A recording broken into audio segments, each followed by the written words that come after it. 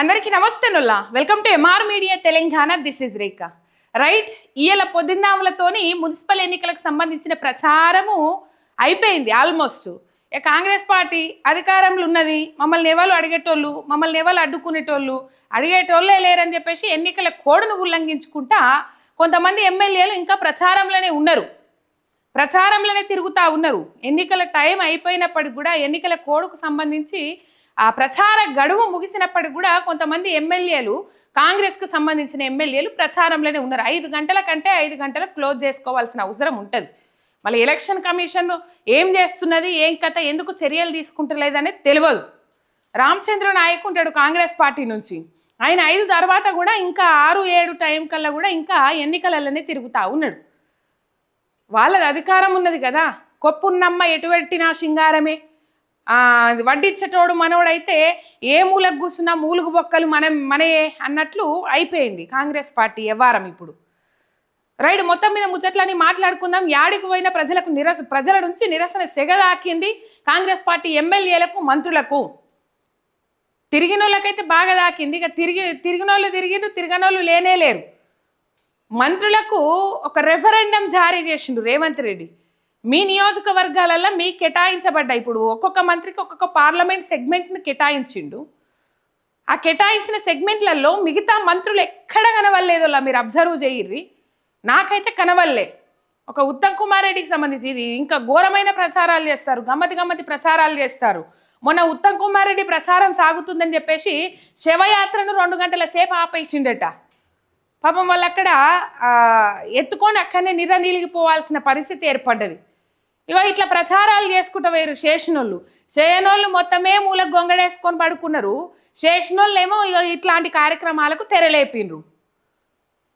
మొత్తం మీద నిరసన సెగలు దాకినాయి. ఒక సబ్స్క్రైబ్ చేసుకోర్రి. ఆ లీకులు ఎట్లు ఇస్తుంది సర్కారు, ఏ విధమైన లీకులు ఇస్తుంది, ఈ ముచ్చట్లన్నీ మనం మాట్లాడుకుందాం. మీ ఒక్క సబ్స్క్రైబ్ నాకు కొండంత బలాన్ని ఇస్తుంది. రైట్, ఇక ముచ్చట్లకు పోతే నిరసన సెగలైతే దాకుతూ ఉన్నాయి. ఏ మూలకు పోయినా నిరసన సెగలు దాకుతున్నాయి. ప్రశ్నిస్తుర్రు, నిలదీస్తుర్రు. 2500 ఏడవైని అని ప్రశ్నిస్తుర్రు. 4000 రూపాయలు పింఛన్ ఇస్తామని అన్నారు, ఆ పింఛన్ ఏడవైంది. ముసలలో ఆడ కూర్చోన్రోళ్ళ మనం తీసుకొచ్చిన పబ్లిక్ బైట్లలో కూడా ఉంటాయి, మన ఎంఆర్ మీడియా తెలంగాణ పబ్లిక్ బైట్లలో కూడా ఉంటాయి. ముసలలను ఎవరిని అడిగినా 4000 పింఛన్ ఇస్తా అన్నాడు. ఇదివరకు పింఛన్ దిక్కు లేదు, పింఛన్ గతి లేదని చెప్పేసి 4000 పింఛన్ కోసం ఎదురు చూసి అవ్వాతాతలు ఎంతోమంది ఉన్నారు. పెరిగిన ధరలకు అనుకూలంగా పైసలు సరిపోతలేవు. 2000 ఇస్తామని 2000 ఇచ్చిర్రు కేసీఆర్. ఆ 2000 కాదని 4000 కాసపడితే అసలు 4000 కాదు కదా, అసలు దానికి ఎసరు పెట్టే ప్రయత్నం చేస్తాడు రేవంత్ రెడ్డి అని చెప్పేసి 2 చేతులు ఎత్తి మొక్కుతాండ్రు. ఎవరికి మొక్కుతాండ్రు? కేసీఆర్కు మొక్కుతాండ్రు. 200 రూపాయలు కేసీఆర్ ఇది ఉంటే కేసీఆర్ 2000 పింఛన్ చేసిండు అని చెప్పేసి ఆశపడ్డం, గోసపోతున్నాం తల్లి, గోసపడుతున్నాం అని చెప్పేసి పాపం వాళ్ళ ఆవేదన వ్యక్తం చేస్తూ ఉన్నారు ఊళ్ళ పొంటి అవ్వాతాతలు. ఆ 2000 పింఛన్ మీదనే ఇల్లు గడుపుకునే అవ్వాతాతల కుటుంబాలు ఎన్నో ఉన్నాయి. తుక్కుగూడ సభ వేదికగా ప్లకార్డులు పట్టుకొని ఒకరి మీద ఒకరు శైలేసుకుంటా, ఒకరి మీద ఒకరు నూకేసుకుంటా, మేమే ముందట కనబడాలని చెప్పేసి 4000 పింఛన్కి సంబంధించిన ప్లకార్డులు పట్టుకొని షోప్ టాప్ రాజకీయాలు చేసిండ్రు. ఇలా 4000 పింఛన్ ఏదంటే లేదు, సప్పులు లేదు. రైట్, అన్నిటి మీద ఈ నిరసనలు వ్యక్తమైన సందర్భంలో, ప్రజల నుంచి తిరుగుబాటు మోపైన సందర్భంలో ఇప్పుడు ప్రెస్ మీట్ పెట్టిండు కదా రేవంత్ రెడ్డి. ఆ ప్రెస్ మీట్లో ఒక భయం కనబడతా ఉన్నది, ఒక దడ కనబడతా ఉన్నది. ఏడ ప్రచారంకు పోయినా, ఏడ సభకు పోయినా ప్రజలకు సంబంధించిన అంశాలు ఎక్కడా మాట్లాడలే రేవంత్ రెడ్డి. ప్రజలకు ఇవ్వాల్సిన హామీల గురించి ఎక్కడా ప్రస్తావన తీయలే రేవంత్ రెడ్డి. ఖాళీ కేసీఆర్ను, హరీష్ రావును, కేటీఆర్ను తిట్టాలి, వీళ్ళని ముగ్గురిని జైల్లో ఎప్పుడెత్తనమని చెప్పేసి బీజేపీని అడగాలి. ఇదే ఎజెండా ప్రకారం ముందడికి పోయింది. మున్సిపల్ ఎన్నికలకు సంబంధించిన సభలు పెట్టుకున్న ప్రజాపాలన ప్రగతి బాట అన్నట్టు ఇంకా గమ్మతి పేరు పెట్టుకున్నాడు. దానికి మొక్కాలే నాయనకు 2 చేతులు ఎత్తి మొక్కాలే. ఇక మరి ప్రగతి బాటలు యానంగెత్తాండు, ఆ ప్రగతి బాటలకు మున్లు ఏనంగా తలుగుతాన్నాయి. మరి తీసుకొచ్చిన అప్పులని ఏడబెడతాండు. 9000 కోట్ల రూపాయల అప్పులు తీసుకొచ్చిరట కదా ఆర్బీఐ బ్యాంకు నుంచి. ఆ బ్యాంకు నుంచి తీసుకొచ్చిన 9000 కోట్ల రూపాయలు ఈ రైతుల ఖాతాలలోనే వేస్తారు. రేపే రైతు బంధు అని చెప్పేసి అనుబంధ సంస్థల పత్రికలల్లా, మీడియాలల్లా లీకులు ఇచ్చుకుంటా, లీకుడు వార్తలు రాసుకుంటా ఉన్నారు. ఈ లీకుడు వార్తలు ఎందుకు రాసుకుంటారో తెలుస్తలేదు, ఈ లీకులు ఎందుకు ఇస్తారో తెలుస్తలేదు. తెలిసింది, దానికి కూడా అర్థం తెలిసింది. ఏడవైనా ప్రజలకు సంబంధించిన అంశాలు రైతు భరోసా ఊసేదియలే. రైతు భరోసా ఏ సభలోనైనా రైతు భరోసా ఇప్పుడు వేయాల్సిన రైతు భరోసా ఊసేదియలే రేవంత్ రెడ్డి. దాన్ని ముట్టుకుంటే అంటుకున్నట్టే అని అనుకున్నాడా ఏందా తెలియదు, కానీ మొత్తం మీద రైతు భరోసాకు సంబంధించిన అంశం దియలే. గొప్పలు ఎందుకు చెప్పుకోలే? ఇయ్యల్లా అన్ని అసంపూర్తిగా చేసుకుంటూ పోయింది కాబట్టి గొప్పలు చెప్పుకోలే. ఇక ఆయనకున్న గంట టైం కాస్త కేసీఆర్ మీద నోరు వారేసుకున్నాడు, హరీష్ రావు మీద నోరు వారేసుకున్నాడు, కేటీఆర్ మీద నోరు వారేసుకున్నాడు, బీఆర్ఎస్ పార్టీ మీద నోరు వారేసుకున్నాడు. బీజేపీలను నేను గిచ్చినట్టు చేస్తా, మీరు ఏడిచినట్టు చేయరు, నేను అనుడు అంటగాని మీరు సపోర్ట్ చేయొద్దు అని చెప్పేసి. ఏమో ఎట్లెట్లనో ధర్మపురి అరవింద్ బండి సంజయ్లను వేసుకున్నాడు రేవంత్ రెడ్డి మంచిగానే అనే వార్తలు వస్తున్నాయి, కానీ మరి ఎక్కడ కనబడుతున్నాయి ఏం కథ తెలియదు. రైట్, మొత్తం మీద ఇప్పుడు బీజేపీ పార్టీ కాంగ్రెస్ను ప్రశ్నించాలి. ఏమని ప్రశ్నించాలి తెలుసా? ఎక్కడ పోయినాయి మీ 6 గ్యారంటీలు? రేవంత్ రెడ్డి 6 గ్యారంటీలు ఇస్తానడు, ఏడవైనాయి? సింగరేణి కుంభకోణం గురించి ప్రశ్నించాలి. సిబిఐ ఎంక్వైరీకి అప్పచెప్పమనంటే సప్పుడు చేయలే. కొన్ని జాగాలలో ఈటల రాజేందర్ ఫోటో లేకుండానే ప్రచారాలు సాగుతూ ఉన్నాయి. ఈ గ్యాంగులు గ్రూపులు ఉన్నోళ్ళే కొద్ది మంది, పిడికడ మంది. ఆ పిడికడ మంది కూడా గ్రూప్ రాజకీయాలు చేస్తూ ఉన్నారు బీజేపీ పార్టీల. రైట్, మొత్తం మీద అది పక్కకు పెడితే ప్రజల నుంచి నిరసన సెగదాకింది. మొన్న గడ్డం వివేక్ వెంకటస్వామి ప్రచారానికి పోతే ఆ ప్రచారంలో ఓ పెద్దవ మహిళలకు 2500 రూపాయలు ఇస్తామని అన్నారు, ఏమైంది అని చెప్పేసి ప్రశ్నిస్తే లెక్కలు చెప్పిండు. ఏం లెక్కలు చెప్పిండు? 200 యూనిట్ల ఫ్రీ కరెంటు 800 రూపాయలు. ఇటు పోతే సన్న బియ్యానికి లెక్క కట్టిండు, అటు పోతే ఫ్రీ బస్సుకు లెక్క కట్టిండు. ఇవన్నీ లెక్క కట్టి అయిపోయినాయి. మీకు ఇంకా 3300 రూపాయలు ఇస్తున్నాం, మేము చెప్పింది 2500 రూపాయలే, దానికి ఇంకా 800 రూపాయలు ఎక్కువనే ఇస్తాము అని చెప్పేసి మాట్లాడిండు. అంటే దాన్ని బట్టి అర్థమైంది వీళ్ళకి 2500 రూపాయల పథకం ఏదైతే మహాలక్ష్మి స్కీమ్ కింద అమలు చేసే ఆలోచన లేదు అని చెప్పేసి అక్కడ క్లియర్ కట్గా అర్థమైంది. తర్వాత ఈయల్ల కూడా గడ్డం వివేక్ వెంకటస్వామికి నిరసన సెగ దాకింది. ఎక్కడ దాకింది చూడురు ఒకసారి, ఎట్లా దాకింది, ఓ పెద్దవ్వ ఎట్లా ప్రశ్నిస్తా ఉన్నది మీరు చూడుర్రి ఆ వీడియో.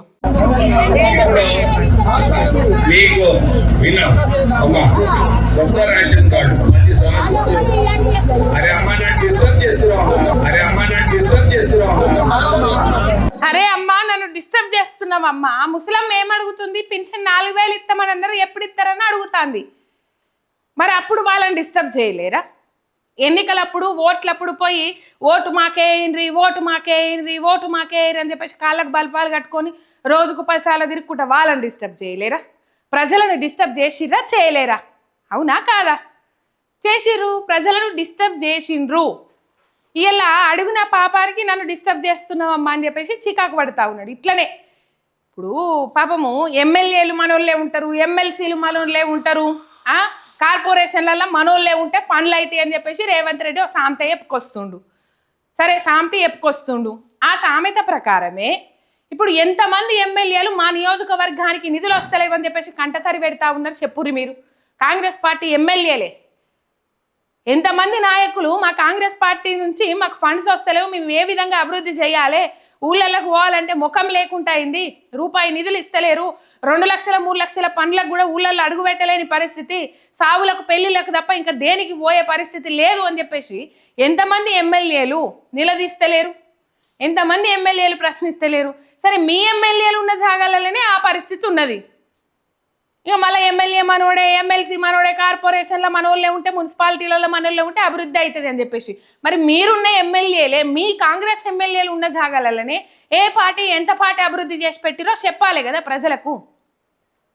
రైట్, నేను లీకుల ముచ్చట చెప్పిన ఇట్లా నిరసన సెగలు దాకుతా ఉన్నాయి. వెడమబొజ్జు మొన్న ఏమన్నాడు, ఊరేసుకొని సస్తా నేను అంటాడు వెడమబొజ్జు. ఇక్కడ అభివృద్ధి చేయకపోతే ఊరేసుకొని సస్తా అని చెప్తాడు వెడమబొజ్జు ఎమ్మెల్యే, వెడమబొజ్జు పటేల్, తెలుసు కదా. రైట్, ఏ విధంగా లీకులు ఇస్తూ ఉన్నారంటే రేపే రైతు భరోసా పైసలు రైతుల ఖాతాలల్లా అని చెప్పేసి లీకులు ఇచ్చుకుంటా ఉన్నారు. రైట్, పింఛన్ ఏదైతే ఉన్నదో, పెంచుతామన్న పింఛన్ ఏదైతే ఉన్నదో ఈ సంవత్సరం 1000 రూపాయలు పెంచి 3000 ఎత్తాం, వచ్చే సంవత్సరం 1000 రూపాయలు పెంచి 4000 ఎత్తామని కేసీఆర్ కూడా గదే చెప్పారు కదా. మేనిఫెస్టో ప్రకటించేటప్పుడు అలవి కానీ హామీలు కాకుండా ఏవి మనతోనైతే మంచిగా రాష్ట్రం నడుచుకుంటా పోతున్నా కొద్దీ ఆర్థిక వ్యవస్థను దృష్టిలో పెట్టుకొని ఈ సంవత్సరం 1000, వచ్చే సంవత్సరం 1000 పెంచుకుందాం, రైతు భరోసా కూడా గట్లనే పెంచుకుందామని చెప్పిరా లేదా? ఇక కేసీఆర్ చెప్పిన దానికి మీరు చెప్పిన దానికి తేడా ఏమున్నది? తేడా చెప్పాలరా నేను? కేసీఆర్ ఏమో చెప్పిన దాన్ని ఏంబట్టి అమలు చేస్తుంటుండే ఇప్పుడు 2.5 ఏళ్ళు అయినా కూడా కాంగ్రెస్ పార్టీ అమలు చేస్తలేదు, గంతే తేడా, అంతకు మించి ఏమీ లేదు. ఈ లీకులు ఇచ్చుకుంటా పోతా ఉన్నది రాష్ట్ర సర్కార్ ఏదైతే ఉన్నదో అనుబంధ సంస్థల పత్రికలల్లా పడితే ఆనందిద్దాం, సంతోషిద్దాం. ఇప్పుడు ఏమంటారు తెలుసా, అప్పుడు రైతు భరోసా పైసలు, రైతు బంధు పైసలు 7,700 కోట్ల పైసలు ట్రెజరీలో ఉన్న నిధులు ఏవైతే ఉన్నాయో మళ్ళీ అధికారంలోకి వచ్చినాక మనకు మింగటానికి పైసలు ఉండే అని చెప్పేసి ఆలోచన చేసుకున్నారో ఏందో తెలియదు కానీ 7,700 కోట్ల రూపాయలు సోమవారం ఖాతాలలో పడతాయని చెప్పేసి అక్కడ చెప్పగానే ఇప్పుడు కంప్లైంట్లు ఇచ్చి ఎలక్షన్ కమిషన్ దగ్గరకు పోయి ఆపేసిరు. మరి ఇప్పుడు ఎట్లా, అప్పుడు ఆపేసిన వాళ్ళు ఇప్పుడు ఎట్లా ఎత్తామని చెప్పేసి లీకులు ఇస్తారు? ప్రజలారా మీరు ఆలోచన చేయాలి. ఇవి లీకులు మాత్రమే. అండ్ జిల్లాల రద్దు అంశం మీద వెనక్కి తగ్గిరని చెప్పినాం కదా, అది కూడా ఏదో మతలబు. మున్సిపల్ ఎన్నికలు అయిపోయిన తర్వాత మళ్ళీ దాని మీద చర్చలు పెడతాడు. అసెంబ్లీ వేదికగానే చెప్పిండు కదా పొంగిలేటి శ్రీనివాసరెడ్డి. ఈ జిల్లాల రద్దు అనే అంశం ఏదైతే ఉన్నదో బీఆర్ఎస్ పార్టీ నాయకులు ప్రధానంగా దాన్ని లేవనెత్తుతా ఉన్నారు. చిన్న జిల్లాలను రద్దు చేస్తాడు అంటాడు రేవంత్ రెడ్డి అని చెప్పేసి మాట్లాడినప్పుడు ప్రజల నుంచి తీవ్రమైన వ్యతిరేకత ఏర్పాటు అయింది కాంగ్రెస్ పార్టీ మీద. అందుకని దాని మీద కొంచెం యూటర్న్ తీసుకున్నట్టు చేస్తుండేమో, అది కూడా ఒక కిటికీ అనుకోవాలి. అన్న రాజకీయం బాగా తెలిసినోడు రేవంత్ రెడ్డి, ఏడ జుట్టు పట్టుకోవాలి, ఏడ కాళ్ళు పట్టుకోవాలి అనే ఆలోచన బాగా చేస్తాడు. అందుకే కదా తొక్కుకుంటా పైకి వచ్చిన అని చెప్పేసి మాట్లాడతాడు. ఏం దొక్కుకుంటా వచ్చిండో ఏం కథనో తెలియదు కానీ మొత్తం మీద తెలంగాణ రాష్ట్రాన్ని అయితే ఆగం చేస్తారు. ఈ మున్సిపల్ ఎన్నికల వేళ ఈ లీకులు ఇచ్చుకుంటూ పోతారు, రేపే రైతు భరోసా పైసలు అని చెప్పేసి ఈ ప్రజల తిరుగుబాటు నేపథ్యంలో ఈ విధమైన నిర్ణయం తీసుకున్నారా లేదా తెలియదు కానీ ఇది ప్రభుత్వం అంటే లీకుల ప్రభుత్వం. ప్రజల దాకా పథకాలు పోవు కానీ లీకులు అయితే అందరి దృష్టిలో పడతాయి అంతే. రైట్, ఇది కథ. మొత్తం మీద ప్రజలారా మోసపోవద్దు. ఈ ఒక్క రైతు భరోసా వేస్తాడేమో, ఉన్న రైతు భరోసా పైసలు వేయాలంటే తాపకి ఇంకా 2.5 ఏళ్ళ పొద్దుల 5 విడతలు మీకు రైతు భరోసా పైసలు వేయాలనంటే ప్రశ్నించేటోళ్ళు ఉండాలి, నిలదీసేటోళ్ళు ఉండాలి, ప్రభుత్వాన్ని ముక్కు వెండి వసూలు చేపించేటోళ్ళు ఉండాలి, ప్రజలకు పైసా ఖర్చు పెట్టేటట్టు చేసేటోళ్ళు ఉండాలి. ఎందుకంటే ఈ ప్రభుత్వం వచ్చిన కాడి నుంచి చూస్తున్న ములిగట్ట పెట్టి పొడిచినట్టు చేసినా కూడా దున్నపోతు మీద వానబడ్డట్టు చేస్తూ ఉంది కానీ ప్రజలకు న్యాయం చేస్తాం, ప్రజల జీవన విధానం మెరుగుపరుస్తామనే ఆలోచన లేదు. కాబట్టి మీరే ఆలోచన చేసుకోండి. ఉన్నది ఒకటే రోజు, ఈ ఒక్క రోజులో ఆలోచన చేసుకోండి. పైసలకు ప్రలోభాలకు తలొగ్గుదామా, అసలైన నాయకులను ఎన్నుకుందామనే ఆలోచన చేయాల్సిన అవసరం ఉన్నది. సబ్స్క్రైబ్ చేసుకుని సపోర్ట్ చేయండి. మీ ఎంఆర్ మీడియా తెలంగాణ శనార్థి.